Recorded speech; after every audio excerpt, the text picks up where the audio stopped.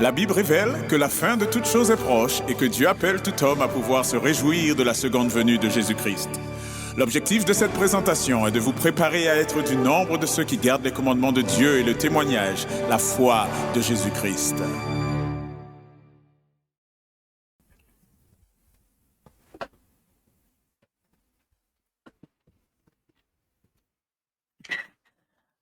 Notre Dieu, notre Père, nous te remercions infiniment pour cette journée de sabbat que tu nous permets de vivre avec toi et jusqu'à présent en ta présence pour à nouveau nous réunir autour de ta parole afin de pouvoir apprendre et comprendre encore ce que tu nous as donné. Nous te demandons d'être avec nous en ce moment par ton esprit afin que nous puissions être unis autour de ta parole et ainsi que tu puisses nous transmettre ce que tu veux afin que la gloire te soit rendue en toutes choses. Merci pour tes méfaits et pour ta grâce, et c'est au nom et par les mérites de ton bien-aimé Fils Jésus que nous te prions. Amen. La place au pasteur afin qu'il puisse mener ce moment.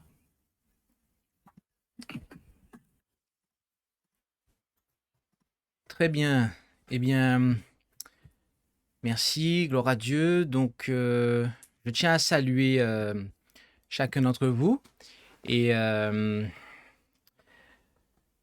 encore une fois, bon sabbat à chacun. Et nous allons avoir un moment d'étude. Ce sera un moment aussi de méditation. Et il m'a été demandé de pouvoir parler de la vie de David, d'accord?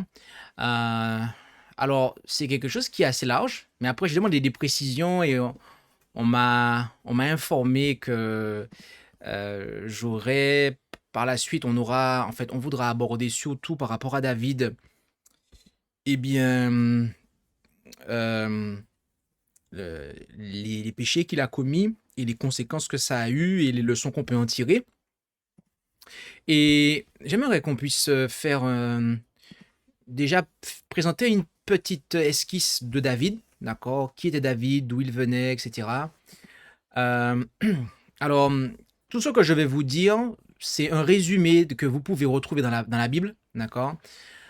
Alors, il faut savoir que David était le plus jeune fils de Jessé et il est décrit comme étant un garçon qui était beau, avec de beaux yeux.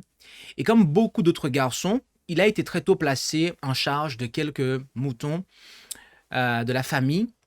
Et en tant que garçon berger, il a fait preuve de bravoure inhabituelle en tuant un ours et un lion d'une seule main.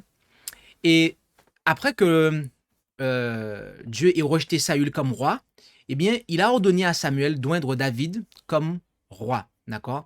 Et donc tout cela, vous pouvez le lire en 1 Samuel 16, 17. Cette cérémonie de consécration de David en tant que roi, eh bien, elle s'est déroulée dans le secret. D'accord? Et sa véritable signification n'a pas bien été comprise, même par les membres de la famille de David. Et quoi qu'il en soit, Saül n'en a d'abord pas entendu parler. Et dès le jour de son onction, l'Esprit du Seigneur a reposé sur David. Après, David s'est rapproché du roi Saül. En effet, le roi était en proie à des crises de mélancolie après le départ de l'Esprit de Dieu, de sa personne en fait. Et il se voit alors conseiller de chercher la détente, la relaxation dans la musique. Et David, qui était un habile joueur de lyre, fut choisi pour apaiser l'esprit troublé de Saül. Saül appréciait le jeune garçon et fit de lui un porteur d'armes et le garda à la cour la plupart du temps, mais pas continuellement. D'accord? Et cela a certainement eu une valeur éducative pour le jeune berger qui était destiné à devenir le futur roi d'Israël. Puis, lors d'une guerre avec les Philistins, peu après cette époque-là, les 3 fils aînés de Jessé suivirent l'appel aux armes de Saül et partirent pour le champ de bataille, à environ 24 km à l'ouest de Bethléem. Et là, un champion philistin nommé Goliath a lancé un défi aux Hébreux pour qu'ils lui désignent un adversaire, mais le défi est resté sans réponse. Et pendant environ 6 semaines, les 2 armées hostiles se sont affrontées sans être impliquées dans le véritable combat, comme on peut le voir en 1 Samuel 17, versets 1 à 16. Et à la fin de cette période, David, qui était resté à la maison, a été envoyé pour apporter quelques provisions à ses frères soldats. En arrivant dans le camp hébreu, il a entendu Goliath lancer son appel au défi. Et il s'est étonné que aucun des soldats de Saül n'ait osé combattre le guerrier philistin. Et il se proposa en fait alors de le faire. D'accord? Et son frère aîné a considéré cette parole de David comme étant de l'insolence injustifiée, mais le roi a consenti et a autorisé le jeune homme à relever le défi du Philistin. Et David, mettant de côté la lourde armure que Saül lui avait offerte, il est alors parti à la rencontre du géant philistin avec l'équipement d'un berger, une fronde et un bâton. Et étant habile dans le maniement de la fronde, David lança de loin une pierre qui frappa Goliath sur son front qui était non protégé. Et Goliath tomba assommé et David courut et frappa la tête du géant avec sa propre épée en fait, celle du géant. Et ayant perdu leur champion, eh bien les Philistins perdirent courage et s'enfuirent en panique. Les Israélites les poursuivirent jusqu'à Gath et remportèrent une grande victoire. David a gardé l'armure du géant comme souvenir et plus tard, il a mis son épée dans le tabernacle du Seigneur. Le fait que Saül ait demandé à Abner de qui était le fils de David ne signifie pas que le roi ne connaissait pas David, bien qu'il ait pu oublier le nom du père de David. Il était apparemment intéressé de savoir si ce garçon venait d'une famille de héros et de guerriers. Et lorsque la question a été posée à David, l'humble jeune homme a simplement répondu qu'il était le fils de Jessé de Bethléem. Il ne pouvait pas indiquer d'ascendance spectaculaire. David est resté humble et n'a pas exigé du roi qu'il tienne sa promesse de faire du vainqueur de Goliath un homme riche, le gendre du roi et exempt d'impôts, comme on peut le voir en 1 Samuel 17, verset 25. Le comportement de David, sa franchise, sa modestie, sa bravoure et sa piété, eh bien, tout cela lui ont valu l'admiration de Jonathan, le prince héritier, et les 2 hommes sont devenus de grands amis, comme on peut le voir au chapitre 18. Et cette amitié a survécu à de grands obstacles et a duré en fait. Leur dévouement et leur loyauté l'un envers l'autre ont rarement été dupliqués et n'ont probablement jamais été surpassés. Saül n'a pas permis à David de le quitter, mais son attachement au jeune homme s'est ensuite transformé en jalousie et en haine lorsqu'il voit que David est acclamé comme plus grand héros que lui. Le roi Saül était également tourmenté par le pressentiment que que David pourrait devenir roi. Et il a donc planifié la mort de David. Et lors d'un accès de colère, il a tenté de tuer le joueur de lyre avec sa lance, comme on peut le voir en 1 Samuel 18, versets 10 et 11. Et plus tard, il le renvoya et donna sa fille qu'il avait promise à David et un autre homme, à un autre homme en fait. Donc, il a donné sa fille à un autre homme. Et remarquant plus tard l'amour de sa fille cadette pour David, il l'offrit en mariage, complotant cependant en exigeant de lui la mort de 100 Philistins comme cadeau de mariage pour le faire tuer par les Philistins. David, cependant, était victorieux dans toutes ses batailles contre les Philistins et devenait de plus en plus aimé et honoré par le peuple. Cela ne fit qu'accroître donc la crainte et la haine mortelle de Saül à son égard. Et finalement, Saül a exigé que ses courtisans, parmi lesquels David avait des ennemis, le tuent. L'intervention de Jonathan a apporté un court répit, mais la haine de Saül s'est vite ravivée et il a fait une nouvelle tentative pour tuer David avec sa lance. Et plus tard, il a tenté de l'arrêter, mais David, avec l'aide de sa femme, s'échappa, il s'est enfui vers Samuel. Et après une nouvelle tentative de réconciliation entre son père et David, Jonathan a été convaincu qu'il n'était pas du tout sûr pour David de rester à la cour du roi. Les deux amis intimes se séparèrent en s'assurant mutuellement de leur dévouement. Et ils semblent ne s'être revus qu'une seule fois, comme on peut le voir en 2 Samuel 23, versets 16 et 18. Après cela, David a été fugitif. Avec quelques fidèles, David a quitté la capitale et par la ruse, il a obtenu du grand prêtre de Nob quelques provisions et l'épée de Goliath, comme on peut le voir en 1 Samuel 21. Et en conséquence indirecte de son subterfuge, tous les prêtres de Nob, sauf un, ont été tués.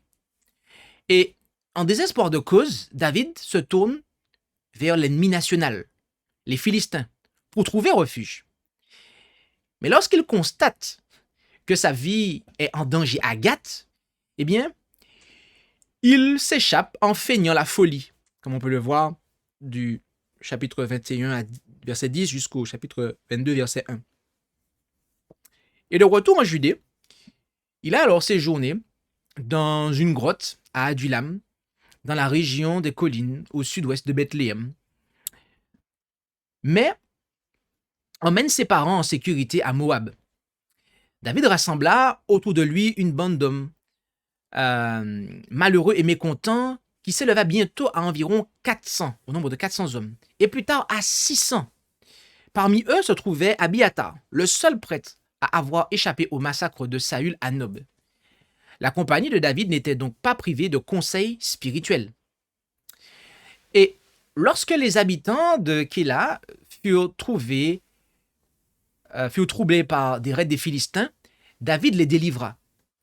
Apprenant où se trouvait David, Saül alla l'attaquer, mais David s'enfuit dans le désert de Juda, où Saül choisit de ne pas le suivre. Et alors qu'il se trouvait dans le désert de Sif, David reçut la visite de Jonathan et fut à nouveau poursuivi par Saül et presque capturé. Cependant, Saül a été rappelé à la poursuite par la nouvelle d'une invasion philistine. David s'installe alors dans la région sauvage d'En-Gedi, près de la rive occidentale de la mer Morte. Saül, retournant à sa poursuite, pénétra sans le savoir dans une grotte occupée par David, donnant ainsi à ce dernier l'occasion de se venger. Cependant, David épargna le roi, convainquant ainsi Saül de son innocence. En conséquence, Saül renonça pendant un certain temps à molester le fugitif, comme on peut le voir du chapitre 23 de 1 Samuel jusqu'au chapitre 24. Pendant son séjour dans le sud de Juda, la bande de David a protégé les habitants de cette région contre les voleurs. En retour, David espérait que les gens lui fourniraient, ainsi qu'à ses hommes, des provisions. Lorsqu'ils s'approchèrent de Nabal, un riche propriétaire de moutons, celui-ci refusa non seulement de fournir des provisions, mais insulta David. Nabal n'a été sauvé de la colère de David que par l'ingéniosité de la sagesse d'Abigaël, sa femme, la femme de Nabal. Et lorsque Nabal mourut peu après, Abigaël, ou Abigail, selon qu'on le prononce, eh bien, est devenue l'une des épouses de David, comme on peut le voir au chapitre 25. Et plus tard, les Ziphites qui avaient trahi David une fois auparavant, au chapitre 23, verset 19, ont à nouveau informé Saül de l'endroit où se trouvait David, lorsque celui-ci s'est installé sur leur territoire. Oubliant sa promesse de laisser David en paix, Saül entreprend une nouvelle campagne contre lui et tombe à nouveau dans la main de David, entre les mains de David. De nouveau, David l'épargna et Saül promit une fois de plus la paix à son rival, comme on peut le voir au chapitre 26. David, cependant, ne pouvait pas faire confiance à Saül. Lassé d'être un fugitif dans son propre pays, il tenta une seconde fois de trouver refuge chez les Philistins. Ceux-ci s'étaient entre-temps convaincus que David, en tant qu'ennemi de Saül, était leur allié et lui permirent donc de vivre sur leur territoire. Achish, roi de Gad, lui donna Ziklag, une ville située à la frange sud-est du territoire philistin. Et pendant son séjour d'1 an et 4 mois à Ziklag, David fait des incursions contre diverses tribus du désert, mais dit aux Philistins qu'il combat contre Juda. Et lorsque les Philistins se réunissent pour attaquer Saül au mont Gilboa, David et ses 600 hommes les accompagnent. Mais ils sont en fait renvoyés avant la bataille de peur qu'ils ne désertent au profit des Israélites. Et lorsque David et ses partisans retournèrent à Ziklag, ils trouvèrent la ville détruite par les Amalécites et tous leurs dépendants faits prisonniers. David les poursuit rapidement et réussit à récupérer les prisonniers et les biens.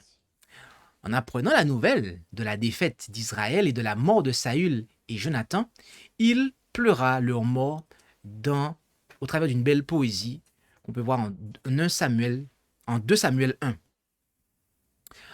En tant que roi de Juda, eh bien David, à un moment, Abner, le commandant en chef de Saül, place immédiatement le fils de Saül, Ishbosheth, sur le trône à Mahanaïm et à l'est du Jourdain. Mais la tribu de Juda fait sécession d'Israël et couronne David roi à Hébron. Et cette division, avec des guerres constantes entre les deux factions, a duré environ 7 ans et demi. D'accord? Jusqu'à ce que d'abord Abner et ensuite Ishbosheth soient assassinés. D'accord? Et à ce moment-là, les tribus restées sans roi ont invité David à assumer la royauté sur l'ensemble de la nation. Donc on peut lire tout cela en 2 Samuel 2, au travers du chapitre jusqu'au chapitre 5 quasiment. David était maintenant âgé d'environ 37 ans et avait plusieurs femmes et fils. Puis il est devenu roi sur Israël et Juda. C'était au départ que Juda, mais après c'était Israël et Juda. Le premier acte de David en tant que roi sur les 12 tribus a été de conquérir Jérusalem et les Jébusiens. Il a fait de cette ville la capitale du royaume et l'a appelée la cité de David. Okay? Comme Jérusalem se trouvait entre David et la plus méridionale des tribus du nord, mais n'avait pas appartenu à aucune d'entre elles, le choix de cette place forte comme capitale de la maison n'a suscité aucune jalousie tribale.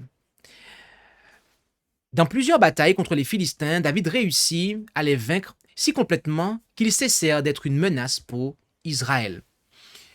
On peut voir ça à divers endroits, en 2 Samuel 5, 21, 1 Chronique 14, 18, 20.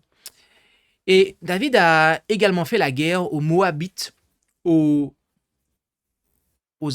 Araméens de Zoba et de Damas, aux Ammonites, aux Édomites et aux Amalécites, comme on peut le voir en 2 Samuel 8 et chapitre 12 aussi.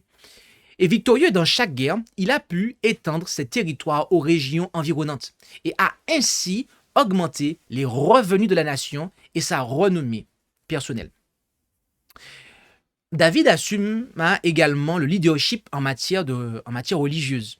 En effet, il a apporté l'arche de Kiryat Réajim à Jérusalem et l'a placée dans une tente sanctuaire, comme on peut le voir en 2 Samuel 6. Il a aussi élaboré des plans pour le temple, un temple permanent en pierre, mais il fut empêché par ordre divin d'ériger ce temple. Néanmoins, il a fait de grands préparatifs pour sa construction, comme on peut le voir au chapitre 7 de 2 Samuel, ainsi qu'en 1 Chronique 1, verset 17 et chapitre 22, verset 7 à 10. Et il a aussi établi une organisation élaborée du personnel ecclésiastique, prêtres, lévites, musiciens et chanteurs, ainsi que d'autres officiers, comme on peut le voir à partir de 1 Chronique 23 jusqu'à jusqu'au chapitre 26. Cependant, David n'a pas seulement connu que des triomphes. David a connu des triomphes, mais il a aussi eu de graves problèmes pendant son règne. En effet, son adultère notoire avec Bathsheba et le fait qu'il ait manigancé la mort de son mari au combat, comme on peut le voir en 2 Samuel 11, verset 1 jusqu'au chapitre 12, verset 23, eh bien tout cela a entraîné, malgré son repentir, une rupture de la discipline dans sa propre famille et une série d'actes anarchiques qui ont finalement conduit à la guerre civile. Et celle-ci se produisit lorsque son fils Absalom se rebella contre lui et le força à fuir en Transjordanie. Dans la bataille qui s'ensuit, Absalom est tué et David retrouve son trône, comme on peut le voir entre le chapitre 13 et 19, ou chapitre 13, verset 19. Une seconde révolte est fomentée, mais elle est également écrasée. Là, on peut le voir au chapitre 20. Et à ces troubles s'ajoute la famine, chapitre 21, et une peste provoquée par l'orgueil de David, cet orgueil qui l'avait poussé à faire un recensement de son royaume, comme on peut le voir au chapitre 24. Et peu avant sa mort, David eut de nouveaux ennuis lorsque son fils Adonias, ça dépend comment on le prononce, le support que j'ai me donne Adonias, ça peut être Adonijah ou d'autres choses de la sorte. Eh bien, lorsque ce fils-là tenta de s'emparer du trône. Et cette fois, les efforts du prophète Nathan ont permis de déjouer le complot et de faire proclamer Salomon roi, comme on le voit en 1 Roi 1. Et peu de temps après, David mourut.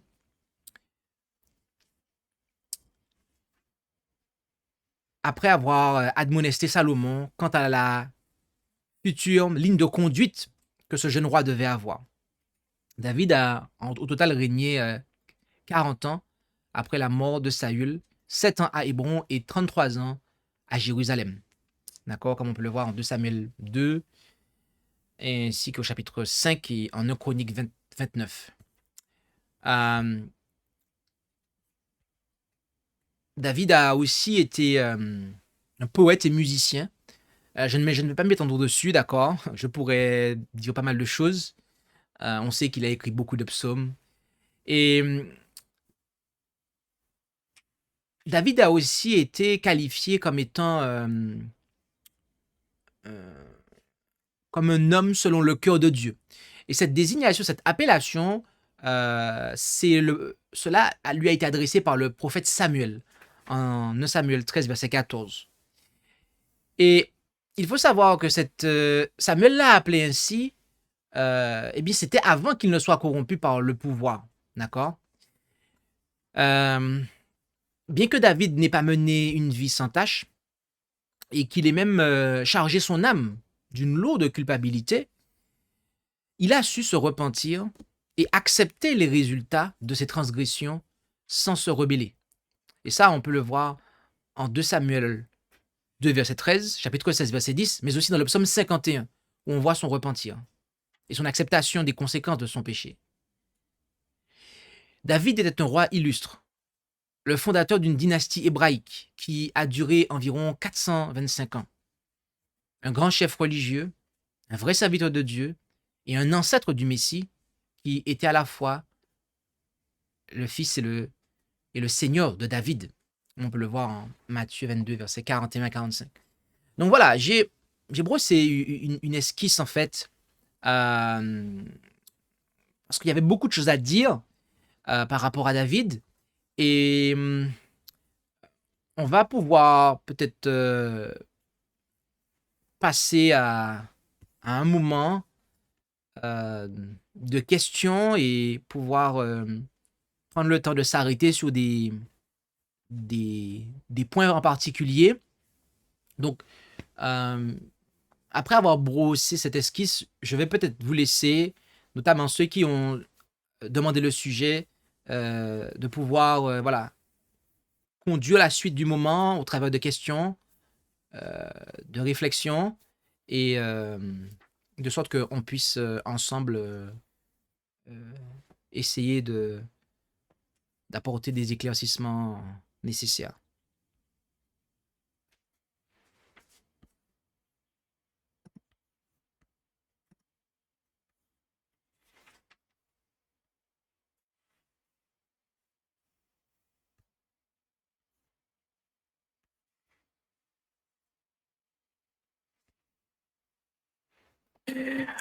Ok.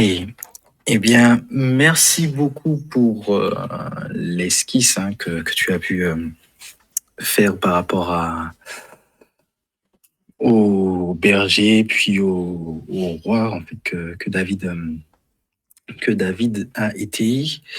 Eh bien, du côté de Bretagne, Pays de la Loire, si vous avez des questions également, n'hésitez pas, hein, vous pouvez lever la main ou les écrire dans le chat et elles seront prises en considération. Et de notre côté, il y a une question, et c'est une question de Stéphanie, en l'occurrence. Et la question est la suivante. Est-ce que c'était dans le plan de Dieu que David tue autant de personnes? Donc, si tu veux que je la mette dans le chat, n'hésite pas à me le signaler. Et je le répète, est-ce que c'était dans le plan de Dieu que David tue autant de personnes?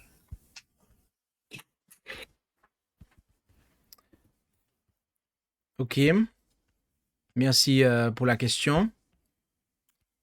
Merci pour la question qui a été posée. Par potentiel souci de mémoire éventuel qui viendrait, si tu peux mettre la question dans le chat, au cas où si des fois j'ai besoin de me rafraîchir la mémoire de manière individuelle. Alors, je crois que la question peut être fondée sur un verset. Euh,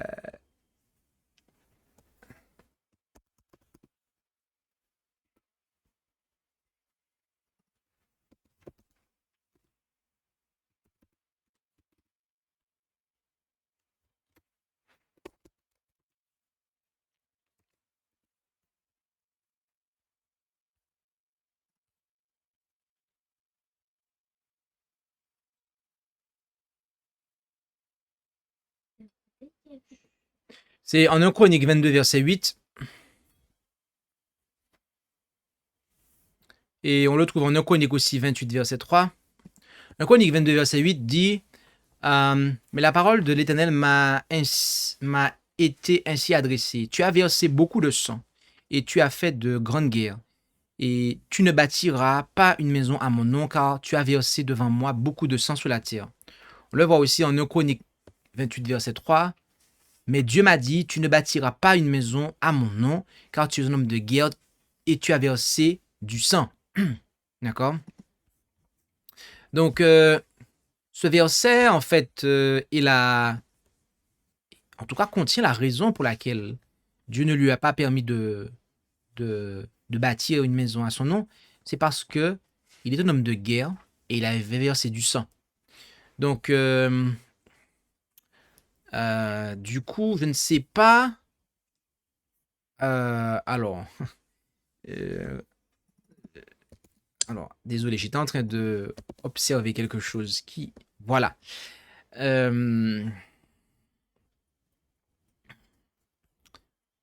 Très bien. Et donc, du coup, ce qu'on peut dire par rapport à ça, c'est que Nathan, en fait, a transmis à David la parole du Seigneur, selon laquelle il ne devait pas construire le temple. Et on a après un autre passage qui est 2 Samuel 7, 4 à 17, qui ne contient pas cette raison. On a une autre raison qui est donnée en 2 Samuel 7, versets 4 à 17, où il est dit la nuit suivante, la parole de l'Éternel fut adressée à Nathan. Va dire à mon serviteur David, ainsi parle l'Éternel, est-ce toi qui me bâtirais une maison pour que j'en fasse ma demeure? Moi, je n'ai point habité dans une maison depuis le jour où j'ai fait monter les enfants d'Israël hors d'Égypte jusqu'à ce jour. J'ai voyagé sous une tente et dans un tabernacle. Partout où j'ai marché avec tous les enfants d'Israël, ai-je un mot à quelqu'une des tribus d'Israël à qui j'avais ordonné de paître mon peuple d'Israël? Ai-je dit, pourquoi ne me bâtissez-vous pas une maison de cèdre? Cependant, tu diras à mon serviteur David, ainsi parle l'Éternel des armées, je t'ai pris au pâturage, derrière les brebis, pour que tu fusses chef sur mon peuple, sur Israël. J'ai été avec toi partout où tu as marché. J'ai exterminé tous tes ennemis devant toi, et j'ai rendu ton nom grand comme le nom des grands qui sont sur la terre. J'ai donné une demeure à mon peuple, à Israël, et je l'ai planté pour qu'il soit fixé et ne soit plus agité, pour que les méchants ne l'oppriment plus comme auparavant, et comme à l'époque où j'avais établi des juges sur mon peuple d'Israël. Je t'ai accordé du repos en te délivrant de tous tes ennemis, et l'Éternel t'annonce qu'il te créera une maison. Quand tes jours seront accomplis et que tu seras couché avec tes pères, j'élèverai ta postérité après toi, celui qui sera sorti de tes reins, de tes entrailles, et j'affermirai son règne. Ce sera lui qui bâtira une maison à mon nom, et j'affermirai pour toujours le trône de son royaume. Je serai pour lui un père, et il sera pour moi un fils. S'il fait le mal, je le châtierai avec la verge des hommes et avec les coups des hommes, des enfants des hommes. Mais ma grâce ne se retirera point de lui, comme je l'ai retiré de Saül, que j'ai rejeté devant moi. Ta maison et ton règne seront pour toujours assurés. Ton trône sera pour toujours affermi. Ok, etc., etc. Donc là, on n'a pas cette raison qui est donnée en fait en 1 Chroniques 22, verset 8. Cependant, Nathan a clairement indiqué que la tâche de David était celle d'un soldat et que le Seigneur serait avec lui dans l'accomplissement de cette tâche. Ce qui implique que c'est pour cette raison qu'il ne devait pas construire le temple. D'accord? Donc, est-ce que, là, si je me rappelle de la question, c'est maintenant que j'ai le trou de mémoire, et c'est là que ça verra intéressant d'avoir l'écrit de la question. Est-ce que c'était dans le plan de Dieu que David tue autant de personnes? Eh bien, la Bible nous dit que Dieu a été avec lui, en fait. Et il faut savoir que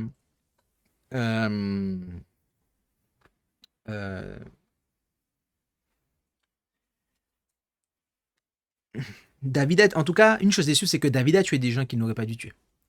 Je pense à Uri. Et donc voilà. Maintenant, en tant que guerrier, en tant que chef de guerre, pour les combats qu'il a menés et pour lesquels Dieu l'a béni, il n'y a pas de raison de croire que ce n'était pas dans le plan de Dieu, en fait. Il faut comprendre que à ce moment-là, lorsque le Seigneur accorde les victoires à Israël, Israël était l'instrument entre les mains de Dieu, en fait, pour punir les nations impénitentes. Donc voilà, je crois que j'ai un petit peu apporté une réponse, enfin je veux croire que j'ai apporté une réponse équilibrée.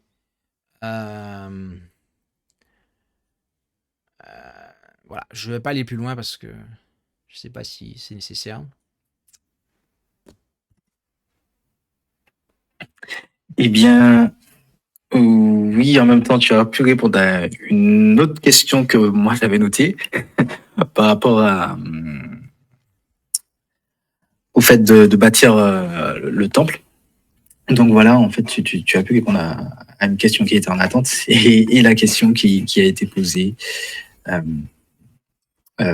et qui a été notée notamment.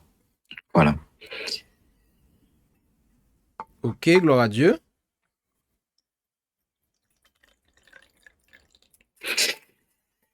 Ok. Donc, du coup, une autre question. Est-ce que alors, il y a un épisode que tu n'as pas forcément souligné, mais je veux me poser en fait la question là-dessus. Est-ce que par rapport aux actes et notamment à l'acte plutôt d'Amnon envers sa sœur. Est-ce que là également, ça a été une conséquence en fait des fautes passées de David? Merci, Amen. Oui, très clairement, puisque on avait là très clairement affaire à un cas d'immoralité sexuelle et David était lui-même rendu coupable de ça. Donc, il faut comprendre que lorsque l'on se rend coupable, on va dire, d'immoralité sexuelle, même si vous vous repentez et que les gens qui sont témoins, en fait, c'est triste à dire, mais ils vont toujours, un tant soit peu, se rappeler que vous avez fait ça, quand bien même vous vous êtes repenti. Et, et du coup, vous allez leur dire, oui, mais c'est pas bien, compagnie. Oui, mais tu l'as fait. Donc, alors, le texte ne parle pas de ça ainsi, mais cela s'est passé après, effectivement, et on peut, je pense, sans trop se tromper, dire que effectivement, ça fait partie des conséquences. Sa famille s'est déchirée et donc, donc, je pense que on n'est pas loin de la vérité en disant ça, en tout cas. Voilà.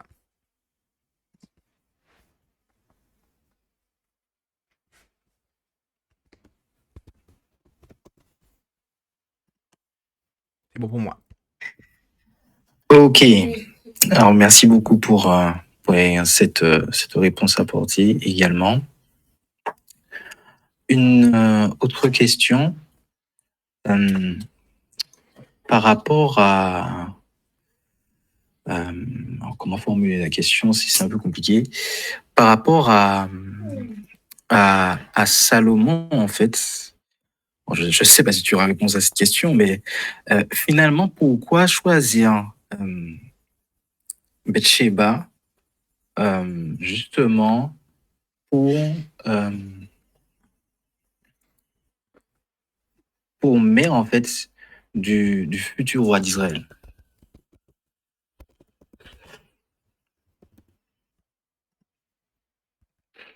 Donc je reprends la question pour être sûr que ça soit clair. Pourquoi choisir Bathsheba, donc l'ancienne femme d'Uri, hein, finalement, comme mère finalement du futur roi d'Israël qui était Salomon?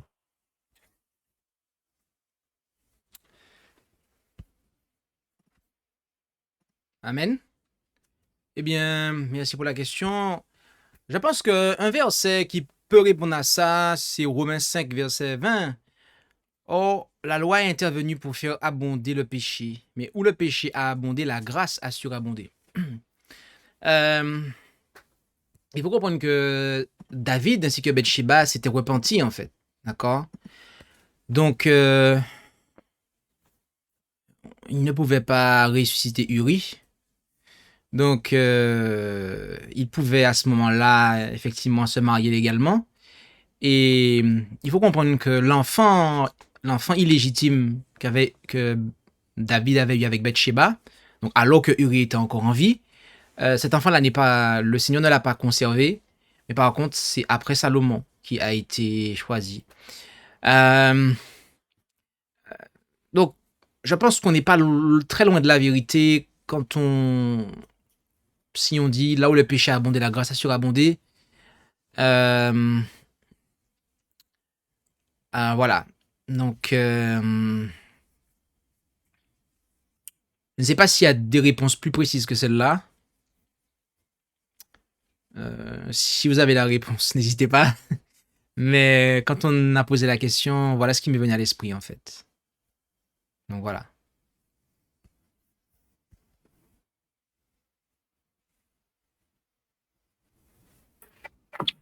Ok, merci beaucoup pour la réponse et gloire à Dieu pour cela. Ça a pu répondre à la question, hein, tout simplement. De notre côté, pour le moment, il n'y a pas d'autres questions. Donc, s'il y en a du côté de la Bretagne et Pays de la Loire, n'hésitez pas à poser des questions. Toi-même, pasteur, si tu as des points en fait, que tu souhaiterais souligner davantage, n'hésite pas également. Alors, les Bretons, est-ce que vous avez quelque chose à dire?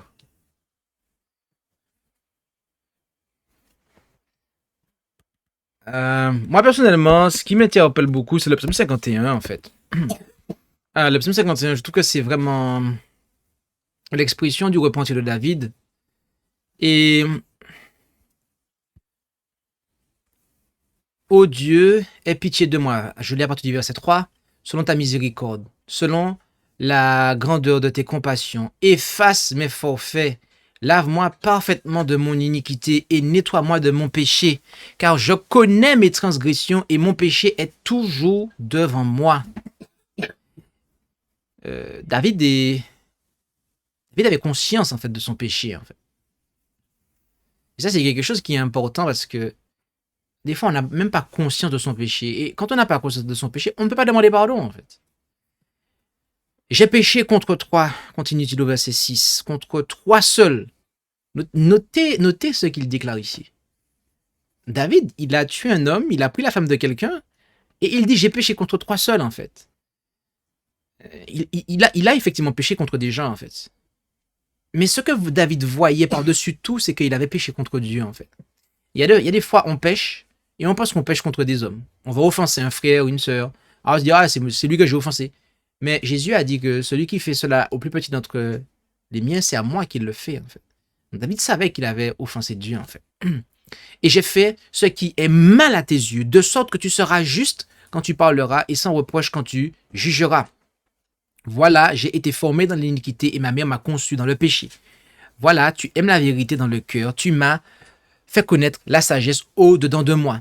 Purifie-moi de mon péché avec l'hysope et je serai net. Lave-moi et je serai plus blanc que la neige.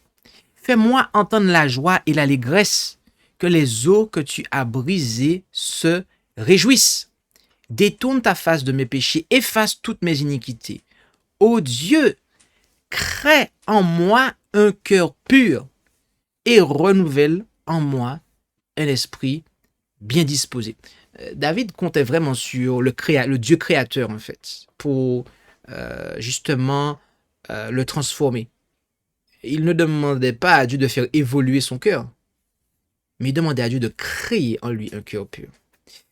Au verset 13, ne me rejette pas loin de ta face et ne m'ôte pas ton Saint-Esprit. Rends-moi la joie de ton salut et que l'esprit de bonne volonté me soutienne. Et le verset 15, c'est un verset que j'aime tout particulièrement. J'enseignerai tes voies aux transgresseurs et les pécheurs se convertiront à toi. Qu'est-ce qui parmi nous ici veut faire du travail d'évangélisation? Qui est-ce qui parmi nous ici veut être un bon missionnaire? Notez bien ça, mes amis. J'enseignerai tes voies aux transgresseurs et les pécheurs se convertiront à toi. Bien aimé, lorsqu'on a fauté et qu'on s'est repenti, on peut alors parler par expérience, en fait. On peut alors expliquer aux gens par expérience. On peut avoir de l'empathie pour les gens, en fait. Et leur dire pourquoi ils ne doivent pas faire ça, en fait. Et qu'est-ce qu'ils devraient faire. Et on peut leur dire, mais si tu fais ça, voilà ce qui va t'arriver, tel et tel point. C'est parce qu'on est passé par là. On a une expérience dans ces choses-là, en fait. Et donc, David était passé à un stade où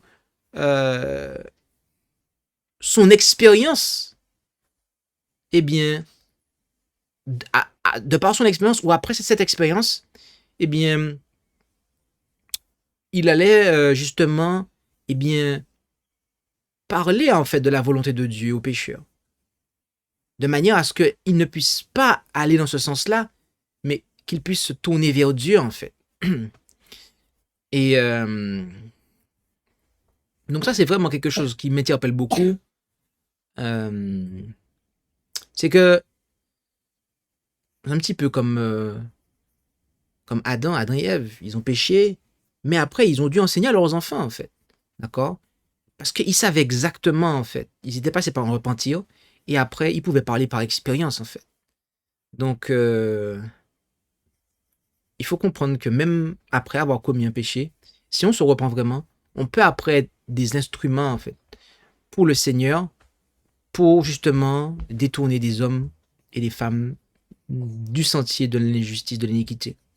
Délivre-moi du sang versé, ô Dieu, Dieu de mon salut. Ma langue chantera hautement ta justice. Seigneur, ouvre mes lèvres et ma bouche publiera ta louange. Car tu ne prends pas plaisir au sacrifice. Autrement, j'en donnerais. L'holocauste ne t'est point agréable. Le sacrifice agréable à Dieu, c'est un esprit brisé. Ô Dieu, tu ne méprises pas le cœur contrit et brisé. Voilà ce que David était conscient, en fait. Il était bien conscient que c'était pas en eux-mêmes, en fait, les sacrifices que Dieu voulait. David avait la puissance. Il pouvait, en fait, offrir plein de béliers, plein d'holocaustes, en fait. Mais il savait que si son cœur n'était pas brisé, je n'allais pas agréer tout ça, en fait. Je n'allais pas agréer tout ça. Aujourd'hui, on peut faire beaucoup de choses. On peut bien payer sa dîme, on peut même payer plus que la dîme, on peut faire beaucoup de choses. On peut vraiment être impeccable, irréprochable, en fait, quant à la manifestation de notre service. Mais est-ce qu'on a un cœur qui est humble et humilié et brisé devant Dieu, en fait? Si c'est pas le cas, tout le reste ne servira pas à grand-chose. Fais du bien à Sion dans ta bienveillance, édifie les murs de Jérusalem. Voilà comment Dieu va édifier. D'accord? C'est si, en fait, ceux qui font la prière, eh bien, sont dans l'humilité. C'est comme ça que Dieu va agir, en fait. C'est comme ça que Dieu il va construire, en fait, son église aussi.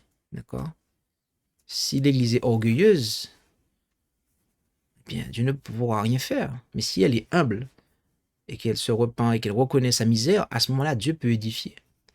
Alors tu prendras plaisir au sacrifice de justice, à l'holocauste et à la victime entière. Alors on offrira de jeunes taureaux sur ton autel.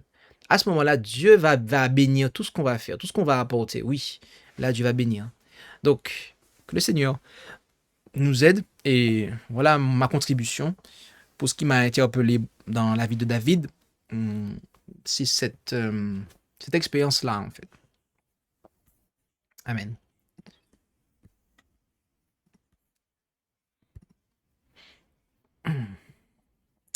Amen. Eh bien, merci beaucoup pour ce partage et ce qui nous rappelle que nous devons véritablement nous laisser transformer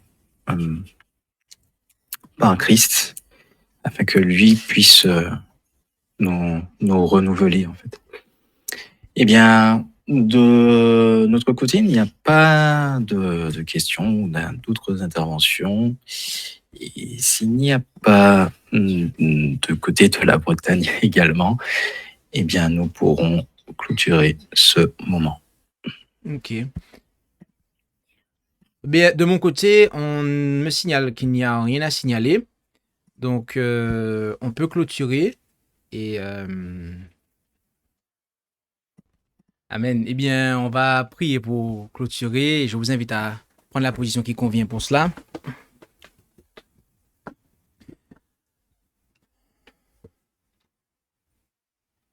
Notre Dieu, notre Père Céleste, merci pour ce moment que nous avons pu passer dans l'étude de ta parole. Et tu nous as permis de considérer la vie de ton serviteur David. Et tu nous fais savoir que tu l'as qualifié d'homme selon ton cœur lorsqu'il marchait dans tes voies, lorsqu'il t'obéissait.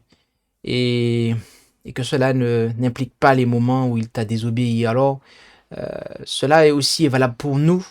Tu nous invites à être des hommes et des femmes selon ton cœur, à pouvoir faire ta volonté.